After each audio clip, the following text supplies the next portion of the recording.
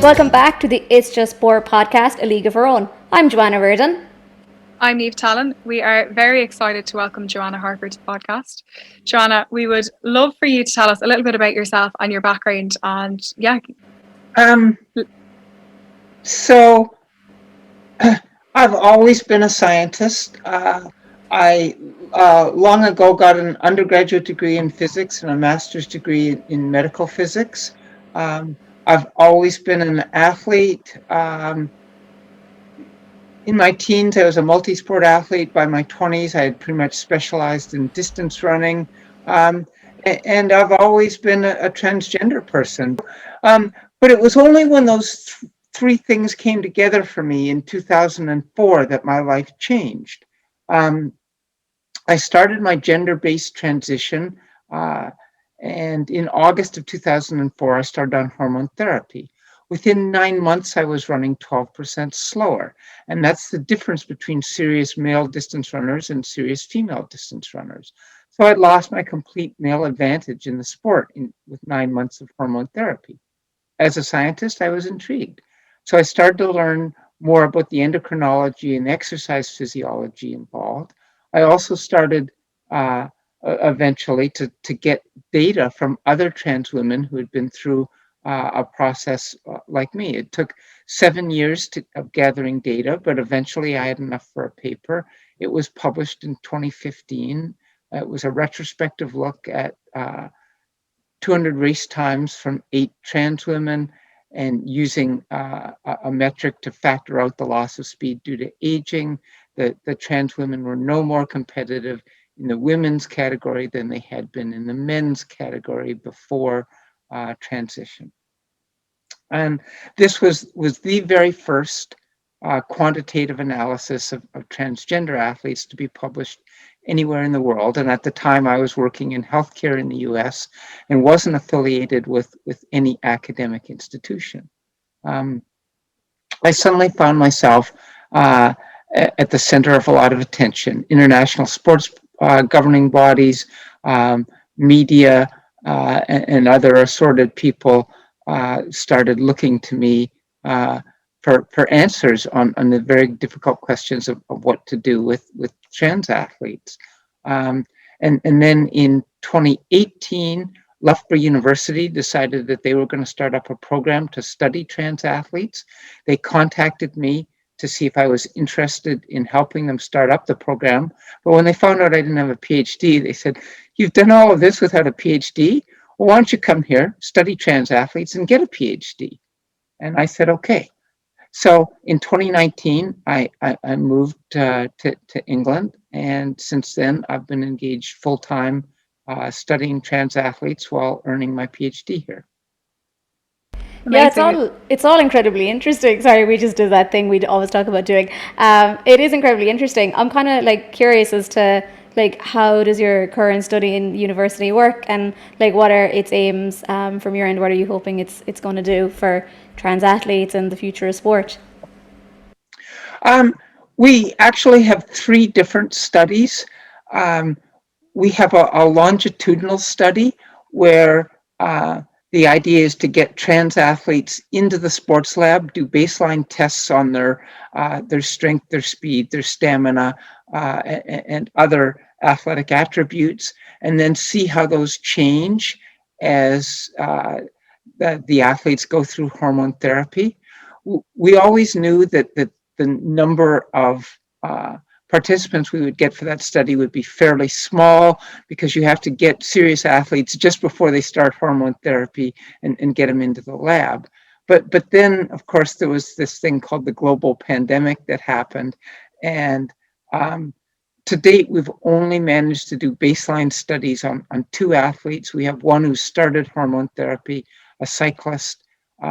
She's now 4 months into hormone therapy. We've done her baseline tests, her first quarterly tests, and we are going to continue testing her over the next several months.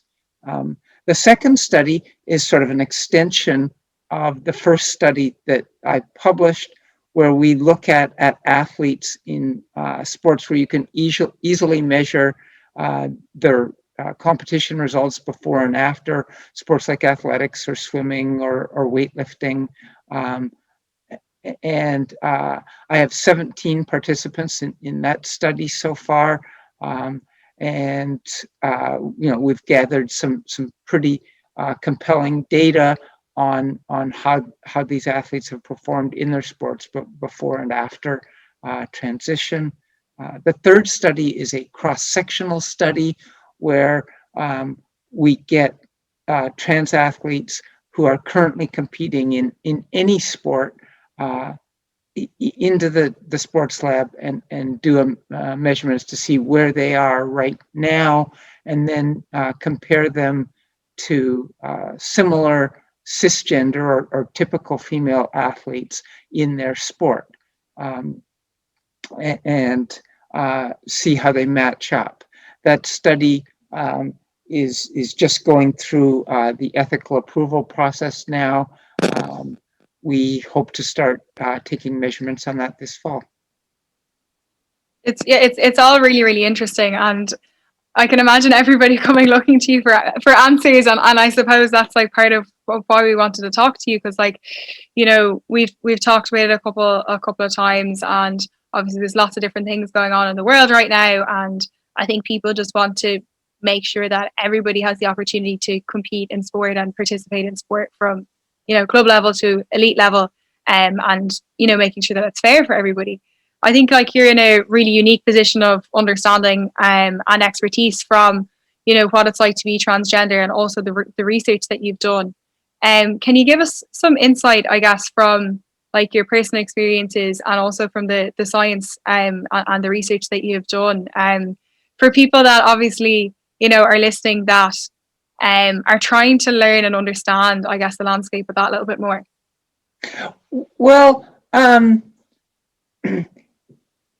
the sort of physical changes that trans women in particular go through on hormone therapy will have different implications for different sports. For instance, our group published a retrospective look at some studies on non-athletes, and we found that after 3 or 4 months of hormone therapy, trans women will go from male levels of hemoglobin to female levels of hemoglobin. And hemoglobin levels are the single most important physiological factor in endurance sports. Hemoglobin is vitally important to get oxygen from the lungs to the muscles. So you can have the largest lungs, the largest heart in the world, but if you don't have hemoglobin to get the oxygen from the lungs to your muscles, then you're not going to perform well as an endurance athlete. So the fact that trans women go from male to female levels very quickly in that sport, it explains my personal experience. It also helps explain the data that I gathered in my first study. On the other hand, trans women, and these are non-athletic trans women in the studies, are not going to lose enough strength to come down into parity with cisgender or typical women. The study of non-athletes found fairly modest decreases in strength on the order of 5 to 10%, and strength and strength-related factors. And cisgender men have upper body strengths that are substantially more, in fact, as much as 50% more than cisgender women. So the fact that these non-athletes only lose 5 to 10% would seem to indicate that trans women maintain a lot of strength. But that's it's somewhat misleading, because these non-athletic trans women aren't people who are participating in sports, and as a population group, trans women are more interested in looking like women than becoming athletes. So they're more likely to starve themselves to look like models than to build muscle. And even before they started hormone therapy, the trans women had 14% lower hand grip strength. what all this means, what the strength measures for athletes means is a little uncertain, but there's almost no doubt that trans women will maintain strength advantages over cisgender women. And that is very important in some sports. But there was another study that came out from the United States last year where they were studying armed forces personnel. And they have 3 standard fitness tests that they do. One of these is the number of push-ups that they can do in a minute.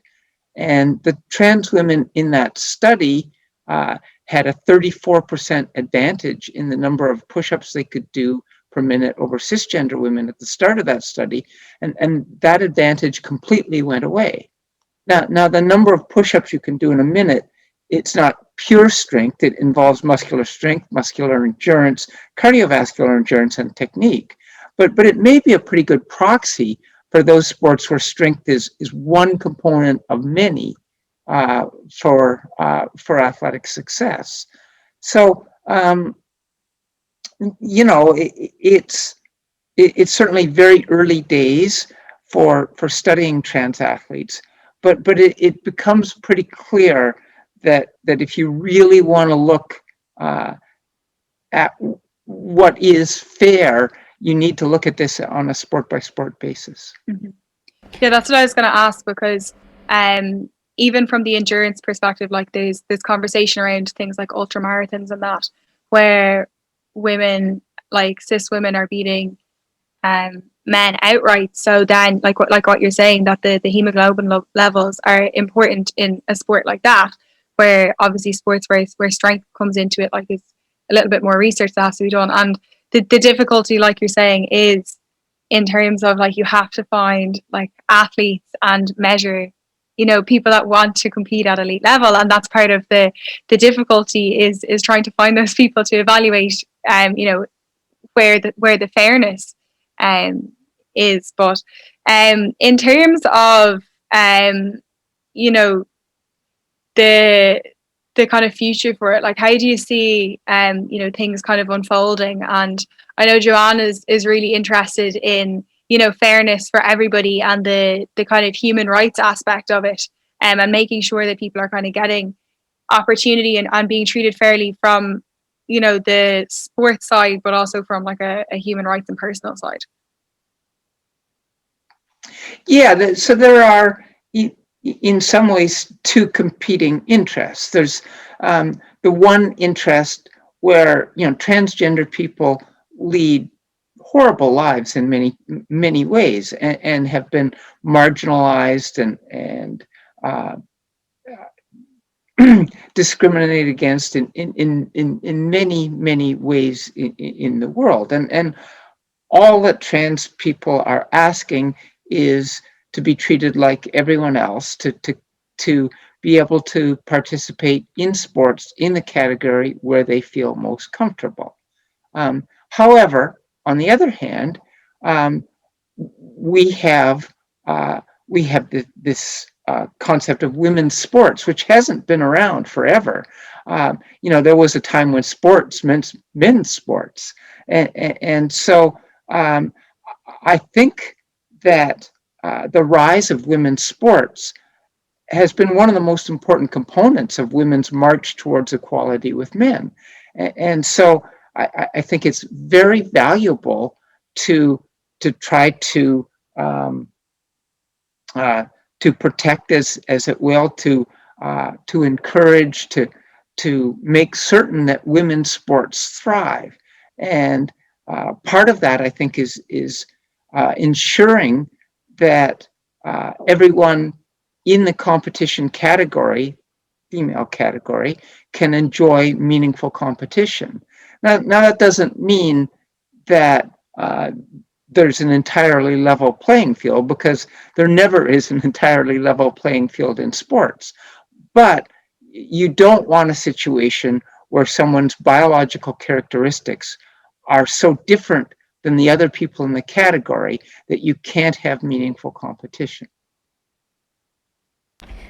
Oh, that's what I was kind of curious by, like how do you regulate that desire for equality, but also, as you said, maintaining an equal, in air quotes, that's not biological, playing field, but also making sure that everyone feels included. Like, especially from someone who is, a trans athlete, you are a trans runner as well. Like, so what would be your take on that? Like, what would you like to see, like, in the future? Because, like, I suppose, like, I have no limbs, so, like, I know I can't compete next to, like, Niamh, who's a proper swimmer and everything. Like, I know that, but, like, it would still be good fun, but I know at an Olympic level that's not the case. Like, do we have to go down the line of, like, the Paralympics, where it's like classifications? Like, what do you think we need to do?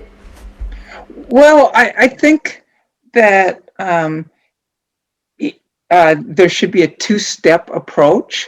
I think at the sort of level where most people play, I think that we should just allow people to compete in the men's or women's category as they feel comfortable.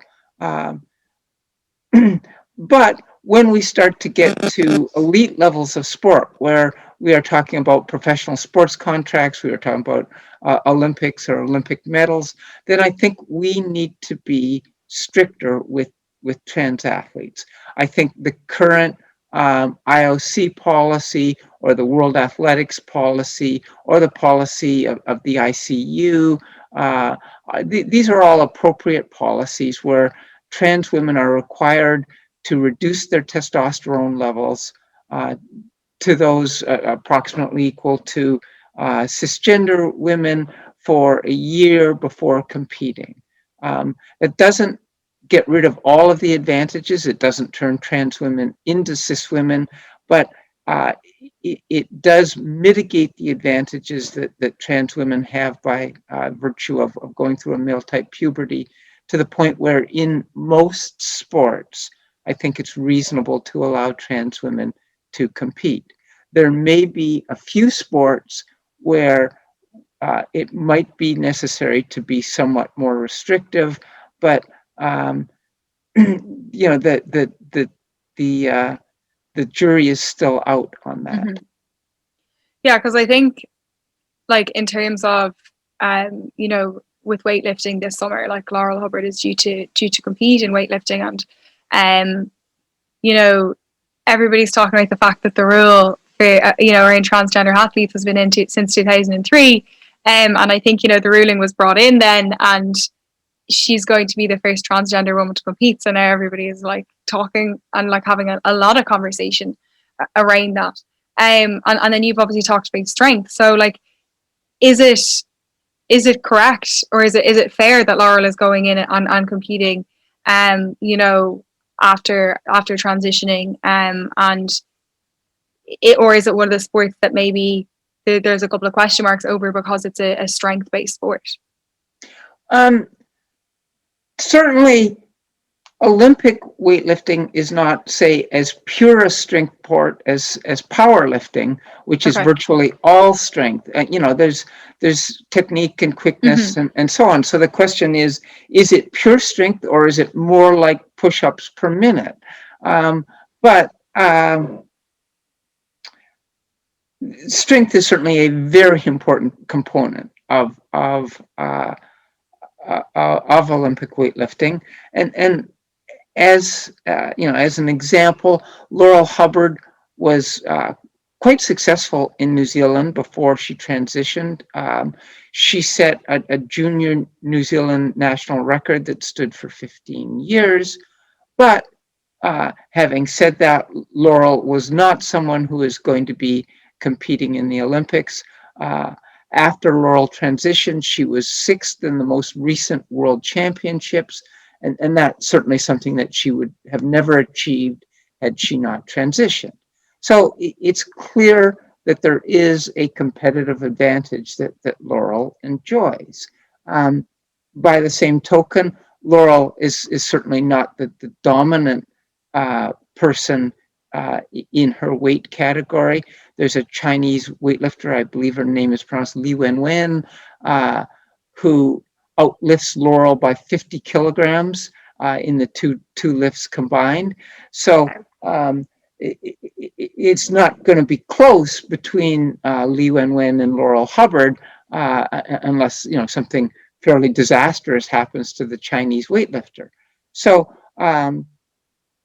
so first of all, from that personal point of view, Laurel has advantages, but clearly not overwhelming advantage. The second thing is that, as I said, that even after hormone therapy, transgender women are going to be taller, bigger, and stronger on average than cisgender women. But weightlifting is a sport that gets divided up into weight categories. Mm-hmm. And in any given weight category, trans women won't be bigger than the women in their weight category. They will, of course, be the same size as the women in their weight category. The question then is, are trans women pound for pound stronger than cis women?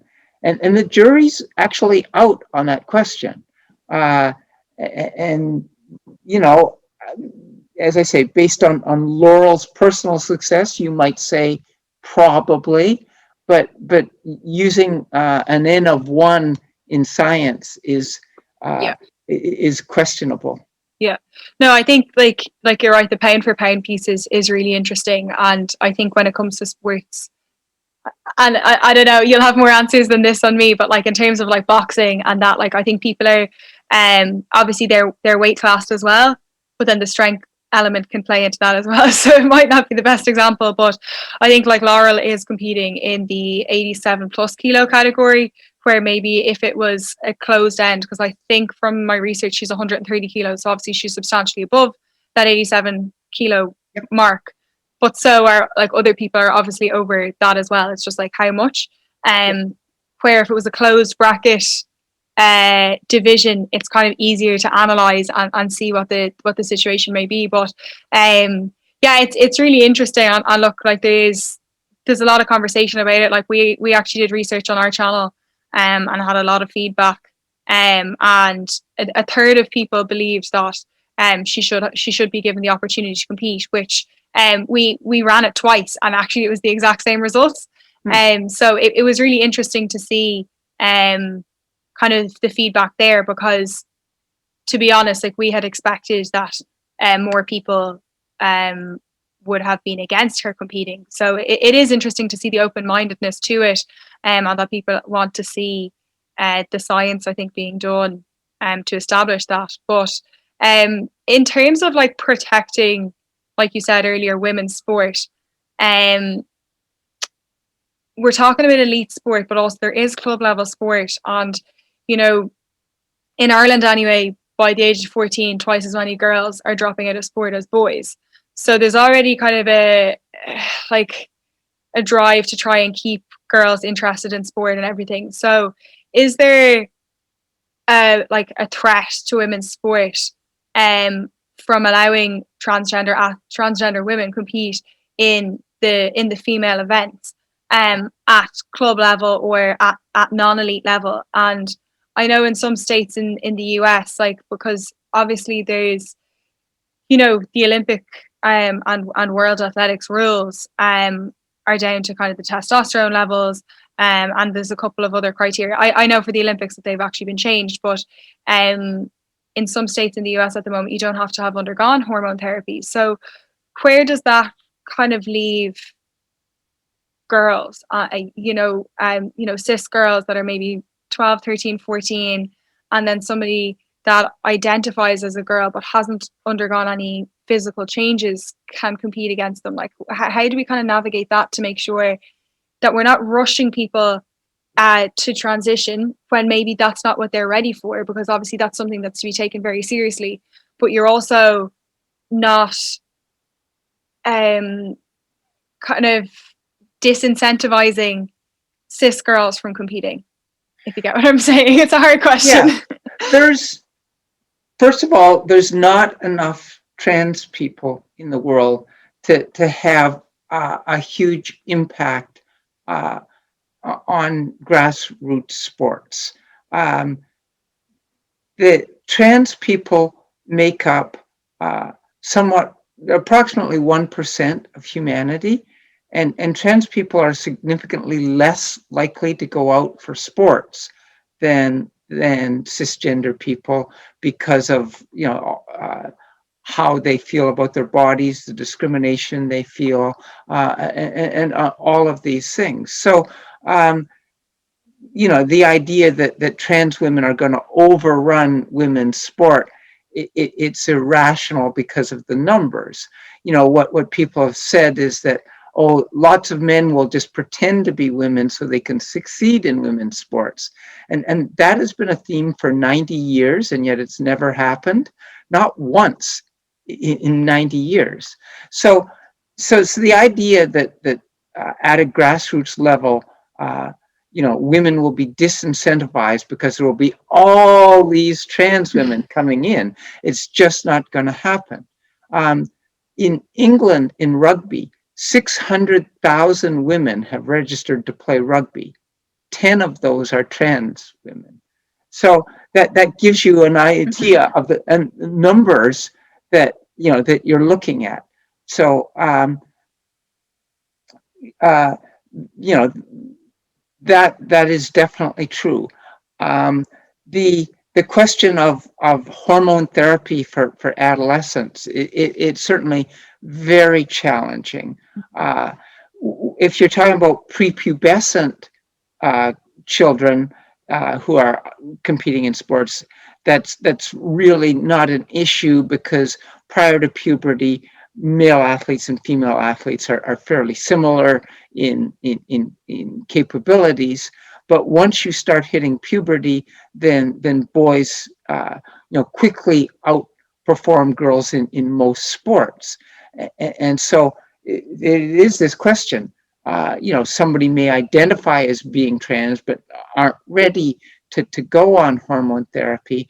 And at what point do you require hormone therapy? It's a very, very challenging issue with adolescents. And as you say, there are some states in the US where no hormone therapy is required. And there are some states in the US where trans athletes aren't allowed to compete at all, except in their birth assigned gender. So, there are rules that are all over the place when you look at adolescence, and it's an extraordinarily difficult age at which to make regulations. Yeah, like there are obviously a group of people who aren't obviously being represented. There's like loads being written about them in the media. There's loads of people obviously like talking on their behalf. And as someone who has a disability, I know how annoying that gets. So I was just kind of curious to ask you, and I suppose I'm asked it all the time, but in a different context. How can we, I suppose, be allies, but also not completely disregard the science and everything that's going on? So how do we advocate for an individual person's need, but also advocate for the right to compete fairly in sport, if that makes any bit of sense? I don't see those two things as necessarily mutually exclusive. People can be welcoming to trans athletes or trans people in general when they meet them. And someone knows when they're being made welcome, and when they're not. It's pretty obvious. And so you can be welcoming, and you can be supportive of trans people's rights to live normal lives. But I still think, and it's something that I believe in firmly, that it is still appropriate to put certain restrictions on trans women's rights to compete, especially at higher levels of sport. And we may not have all of exactly of those restrictions worked out yet, and any regulations now, I think you have to understand that they're these are all living documents, and need to be revised as time goes on. But I would suggest that we can be welcoming on an individual level to trans athletes, and yet still suggest that it is important to put restrictions on trans women in particular. Can I ask just about, I suppose, the difference between like a trans athlete and then like a DSD athlete, you know, like in terms of hormone regulations. I'm just kind of curious, obviously, given everything that's going on, you know, between Castor and the two Namibian athletes, and kind of everyone else. Like, why do we regulate? You know, I know you obviously referenced strength earlier, but I'm kind of curious as to why we're regulating, say, you know, 400 to 1500 meters, and hurdling as well, obviously included in that. They're the only ones that require to lower your testosterone levels. So why are we necessarily regulating those? Are they just because Castor and Co have managed to pop up in these sports? Or like, do you think that's the reason because they just happen to appear, or is there something else, like, you know, Strength. just scientifically strength that we don't necessarily know as normal humans sitting here on the sideline? So there are a lot of complications involved, and if somebody really wants a full answer to that question, I would suggest that they pick up a copy of my book called Sporting Gender that looks at the history and science of transgender and intersex athletes, and you will get a very detailed explanation of how this rule came to be. Certainly, nobody, including World Athletics, would think that an ideal rule would be for just a particular subset of events. However, it is true that over the last 30 years, women with DSDs have become very successful in the sports between 400 and 1500 meters. And when you mention the hurdles, it's only the 400 hurdles and not the sprint hurdles that are regulated. Historically, it's true that that this is where intersex athletes have found the greatest success. But in terms of physiology, you know, I had mentioned two very important aspects of testosterone. Testosterone gives you higher hemoglobin values and higher strength. And that is sort of the range where both of these things are really important. It's important to have muscular strength. It is important to have endurance as well in those sports. And so that may be a reason why DSD athletes have been so successful in those sports over the past 30 years. And just to be clear, it's not just Castor. Castor has won 6 global medals. DSD athletes over the last 30 years have won close to 40 medals. So Castor is only a small component of that. But yeah, it's a complex thing. And I would say if you look at the two Namibian athletes, I think they were first and third in the world in the 400, and now they're going to run the 200. Well, we'll wait and see how they do. They're not likely to be first and third in those events, but they're still going to do pretty well. They're still going to get to be in the Olympics. They'll still be successful, but not as successful. Is that a completely unreasonable compromise? I would say no. It's certainly somewhat ungainly and unwieldy as a regulation, but it is a compromise, and I don't think it's a horrific compromise. To be fair, like, had they known about the option of like the 200 meters maybe a year ago or 2 years ago, the preparations might have been different. I think it's been quite challenging for them because it's been so close to the Olympic Games that they've found out.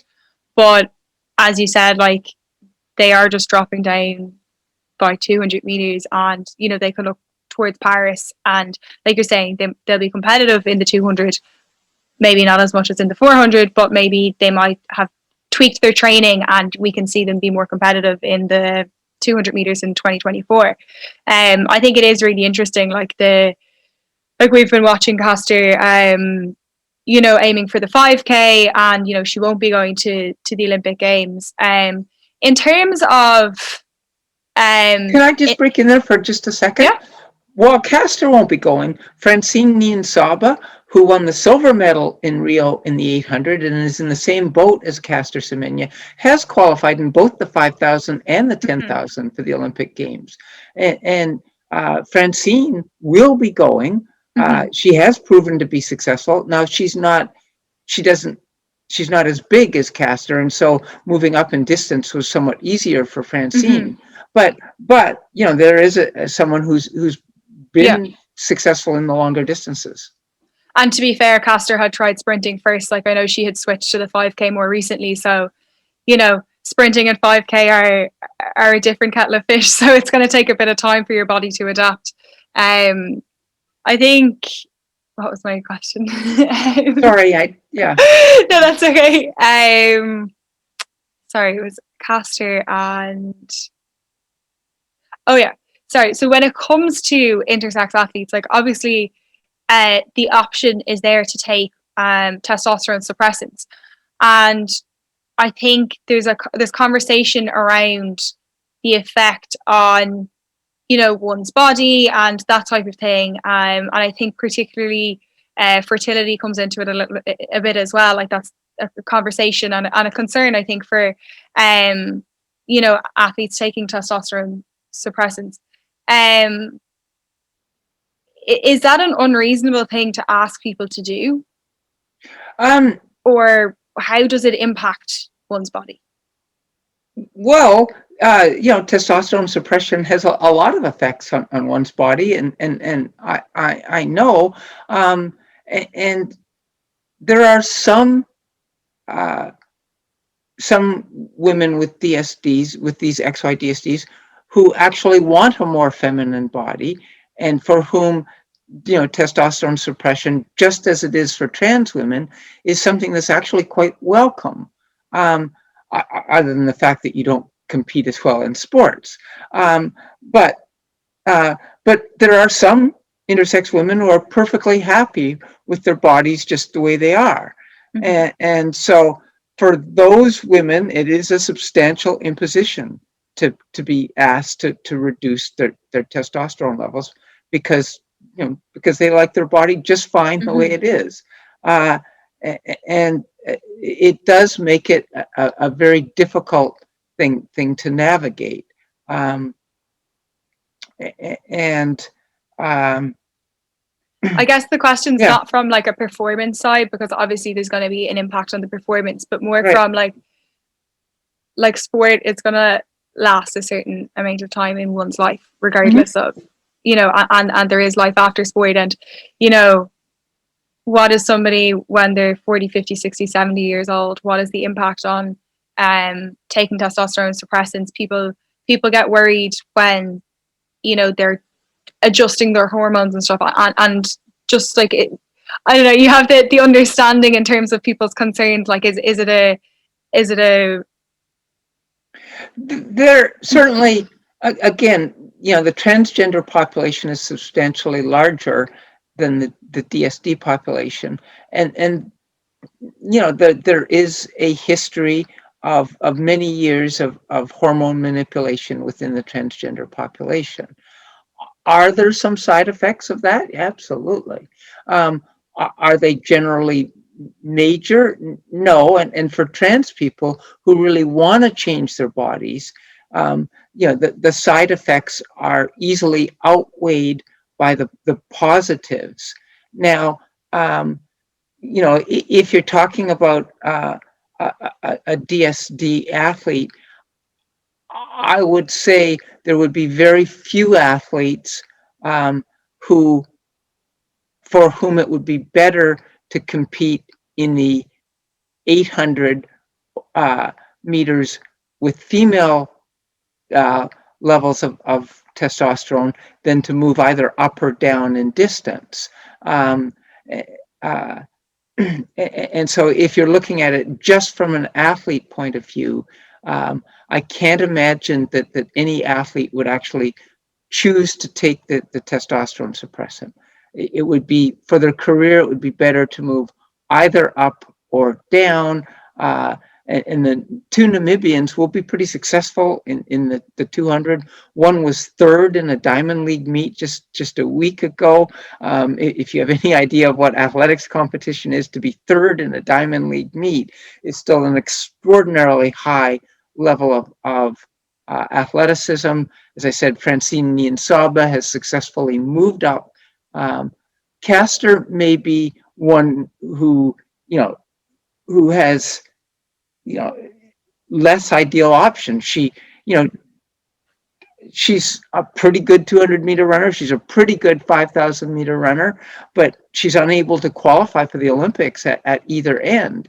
But in most cases, the DSD women would never choose to go on hormone therapy for sports. They'd either move up or down. Does Castor have the right to feel a little bit hard done by?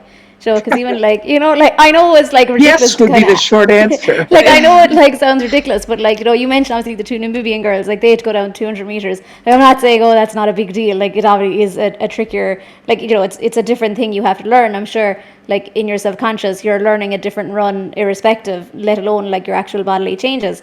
Castor had to do a massive jump, in fairness to her. And I know she's a lot bigger, and I know the Polish girl who ran against her was her thigh is bigger than my head and all that kind of stuff. But in all truth and seriousness, does she not at least have the right to be I was a little bit screwed over, and let alone at the Olympic medal? We're talking future earnings, we're talking publicity stuff, we're talking the chance to be a hero in your own country, the chance to be a hero for intersex athletes, and obviously she's the most famous. So from her perspective, could she not just be screw all of you? I think part of it, and obviously even from our perspective, myself and Joanne have talked about Castor Semenya, and everybody knows who Castor Semenya is.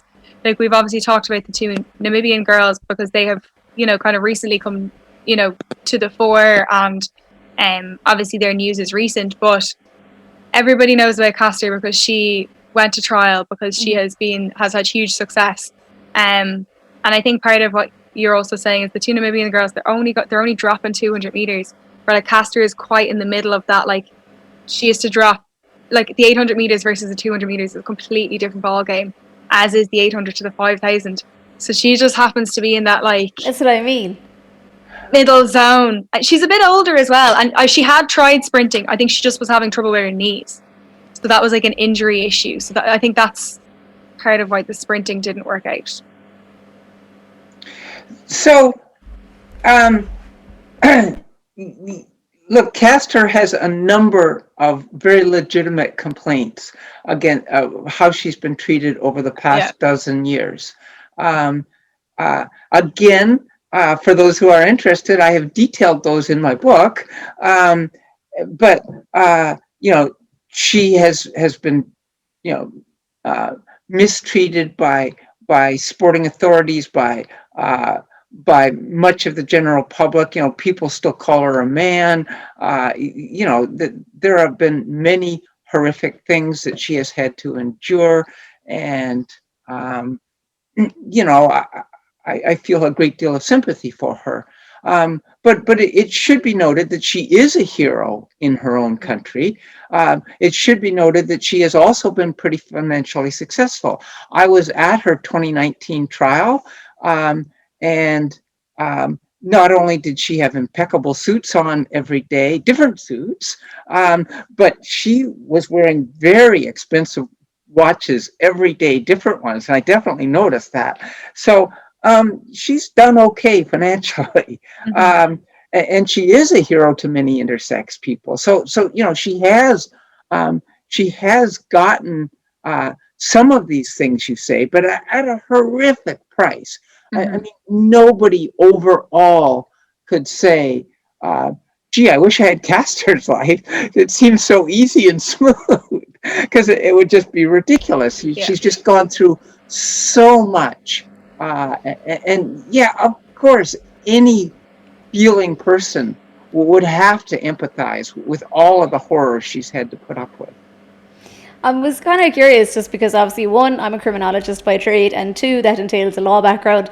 I was kind of just interested in general, about that trial. I know you testified against her, and I was just kind of curious in general, what What did you have to like present? Do you know what I mean? Like, I'm just like thinking from a like a defense attorney point of view. Like, what were you like bringing to the stand, and like how were they towards you? And did you face much backlash? I'm kind of thinking like after, you know, for going against her, because I suppose morally people were like go for her, especially within a community maybe who had been dealing with, you know, testosterone suppressants for quite some time. So I'm just kind of curious to understand like your basically what happened. Well, so World Athletics had six expert witnesses there. And of the six, I was probably the least important witness there. So my role was fairly minor. I did write like a 5,000 word written statement and mine was one of the shorter ones. There were, the trial documents totaled well over 200 pages. But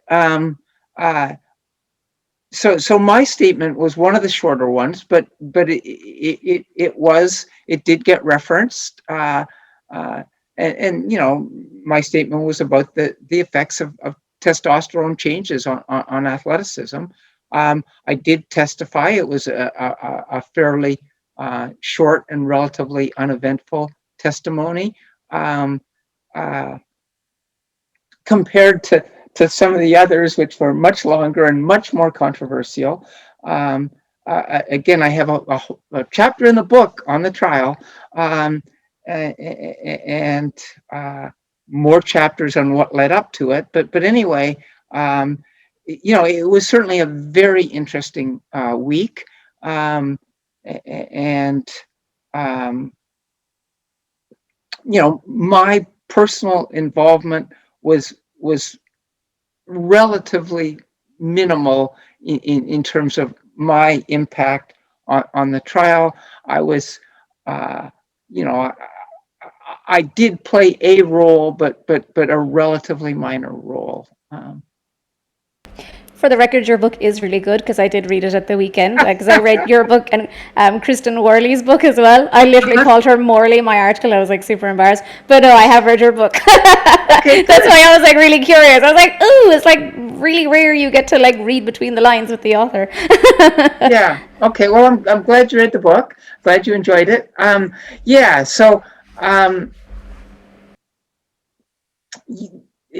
it was quite a trial. There were, you know, there were 40 witnesses, and we were in a very large room, and it was it was certainly a very interesting week.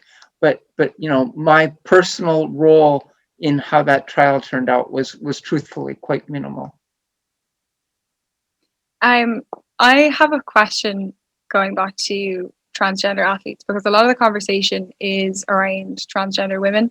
Mm-hmm. And something that we have talked about ourselves a couple of times is like the transgender men that want to compete in sport. We will be honest and say that a lot of our conversation again has been and research has been around transgender women, and I think there's a little bit less research around transgender men. But what are the like rulings there?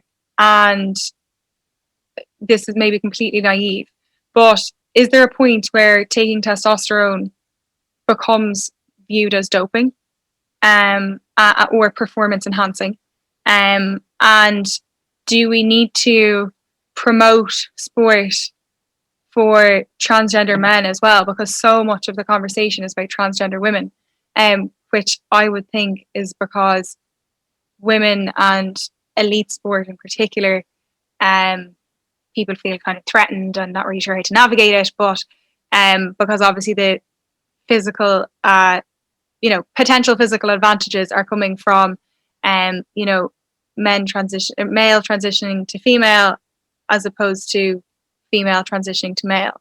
So what is the kind of landscape there? Can you help us like educate people a bit more on that, because it's something that we really want to talk about more, but we just haven't found that much out about it. Okay, well, first of all, yes, taking testosterone will greatly change the athletic performance. And so trans men who take testosterone can't compete in the women's division. So that is at again, at any sort of high level of sport.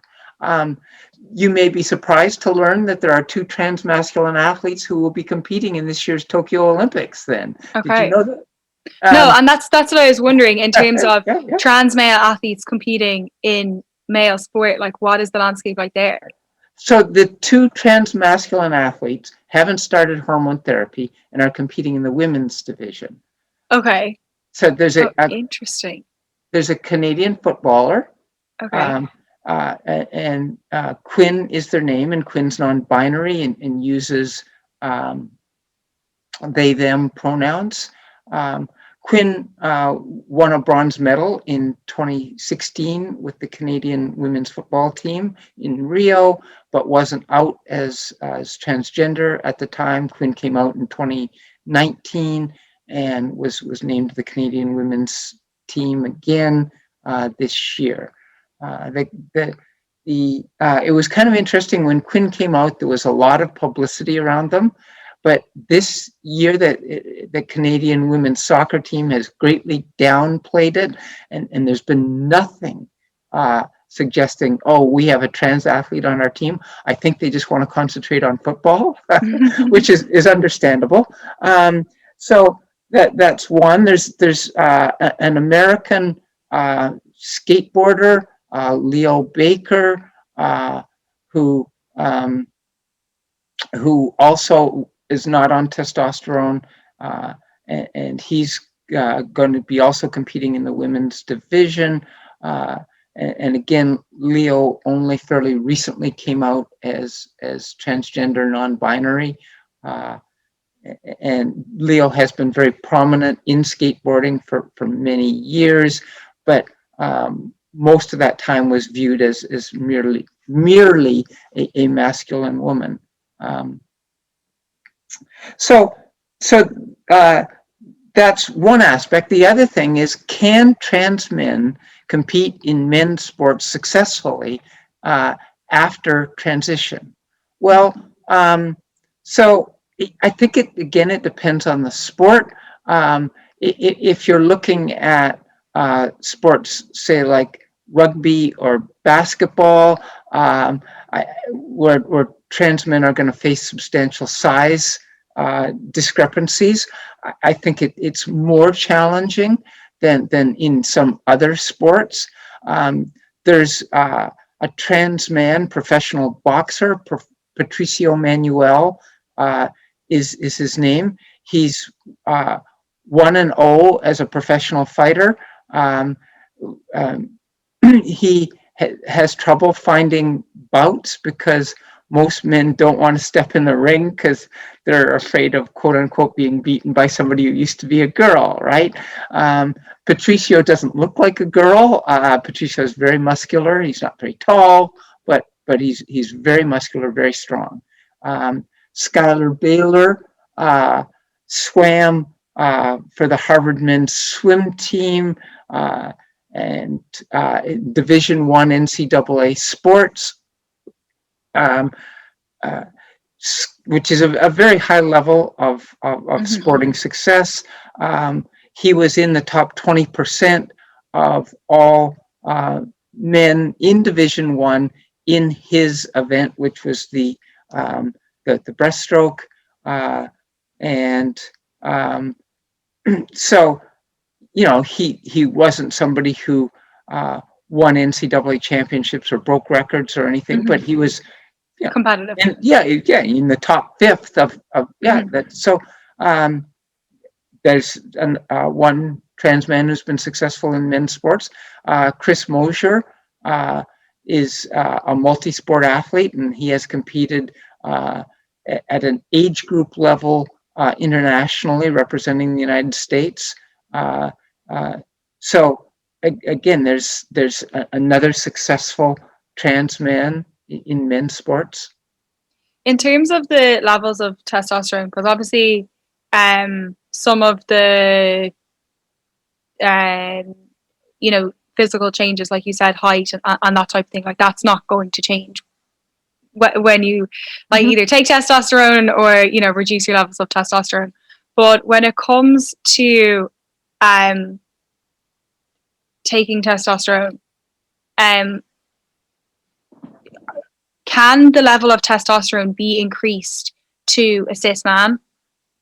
Oh, yeah, even above us, it could be increased. And even if it goes above it, is it then like, is there a limit in terms of, okay, like if you're competing at elite sport, because this is the conversation that people aren't having, if you go beyond the like average cis man's testosterone level, are you in a like zone now where, you know, cis men can't take testosterone because it's considered doping?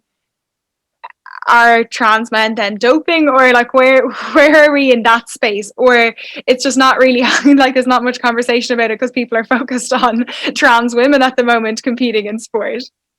So for trans men to compete in men's sports, they have to file what's known as a therapeutic use exemption, or TUE, for their testosterone, and it is regulated.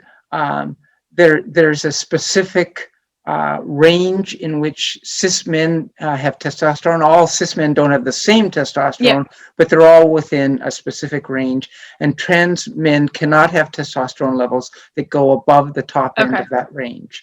So they are medically supervised. They do have to file this TUE, and they can't take unlimited testosterone.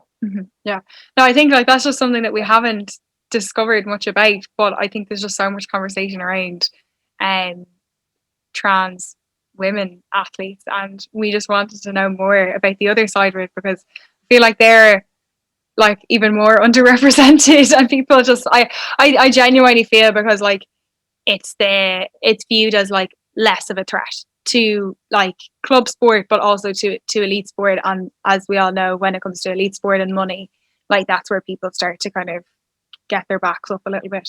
I think I had one more question. Joanne, you go ahead. Let me think. I had one more question. I was actually just like really interested, as you said, leave about the rate of testosterone for men, because a part of me was thinking if I was one of those weird coaches, I would be like sitting with a fridge of like testosterone. I'm like, whoa, this is where it's at, kids.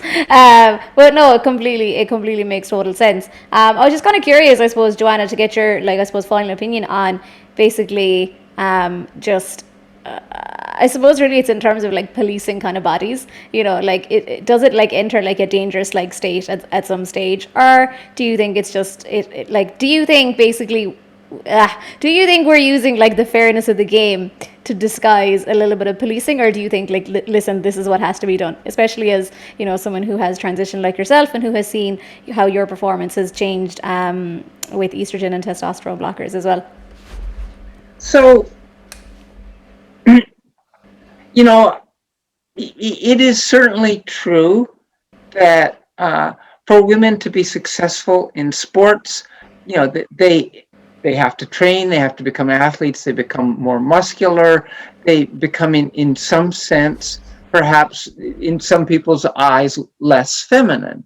And so it is somewhat disingenuine to say, you know, we want our women to be successful in sports, but we want them to look feminine too, right? And if you don't look feminine, then we're coming after you, right? And so there is somewhat of that, and that is it is true. But on the other hand, you know, there are very real effects of testosterone, and so that I think for those humans who've been through male puberty, whether they're, you know, but identify as female, whether that's trans women or women with XY DSDs, then, you know, then I do think we need to be very careful on the regulations that we put in place to allow these two groups of women to compete in women's sports. And it's, look, it's hard as you know, someone who identifies as female. You know, I get all we would like is you know, to be treated like everyone else, but it is also important to you to consider all of women's sports as well. That kind of was my question. Yeah, no, I was no. I'm glad that you asked, because I think my question was kind of more actually like the guidelines that, like, obviously things have adjusted from World Athletics, and we've seen World Rugby change, and we've seen the Olympic Council. They're all varying regulations there, but in terms of the regulation, it was adjusted in 2015 to just be hormone therapy. And then obviously you're talking a lot about like the differences between hemoglobin levels, testosterone levels, and we know from other research that we have explored. A lot of people talk a lot about testosterone. I know we've talked a lot about testosterone, but that there are other factors in that. Like, do we think over the next couple of years we'll see other factors being evaluated, and the rule that is there now, where it's under 10 nanomoles per liter for most sports except athletics and rugby, it seems, at the moment. Do we think that we will see more of that come in? Because I know gender reassignment surgery is no longer a criteria, and then to be legally registered as your new gender in your country of residence, or the country that you're from, is no longer a criteria as well. Like, will there be additional factors to comply with, essentially, to compete at elite level? Well, the IOC has announced that they will be coming out with new transgender guidelines after Tokyo. So yes, there will be new regulations. There are people who are interested in looking at other biomarkers other than testosterone. One of the things, with testosterone is that it does change both muscle and blood. And so, like if you just looked at a muscle factor, then that wouldn't affect blood, and vice versa.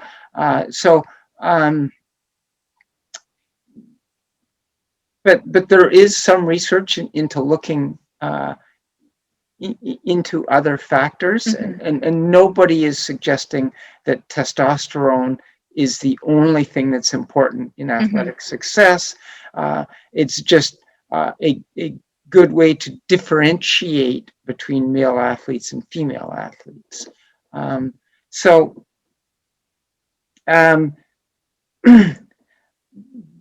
Certainly there will be many changes over the upcoming years, and this, this story certainly isn't over.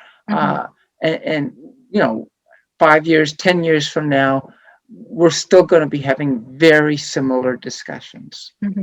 I was going to say we'll have to check in a couple of years, and we can almost watch this back and see how much has changed.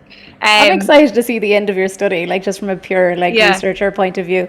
So definitely keep in touch with us. We'd love to get you on in the next feature, anyways, to talk about your studies. And we really do obviously appreciate your time as well, and everything you've given up for us. It's been really informative, and I know I've definitely learned a lot, anyways. Yeah, no, thanks so much for sharing all your experiences and knowledge and everything with us. And I think it will really help people in our community understand so many different sides of it, and the science, I think, is just really what's people kind of struggle to get to the bottom of, which obviously you're saying there's still lots and lots of research to be done.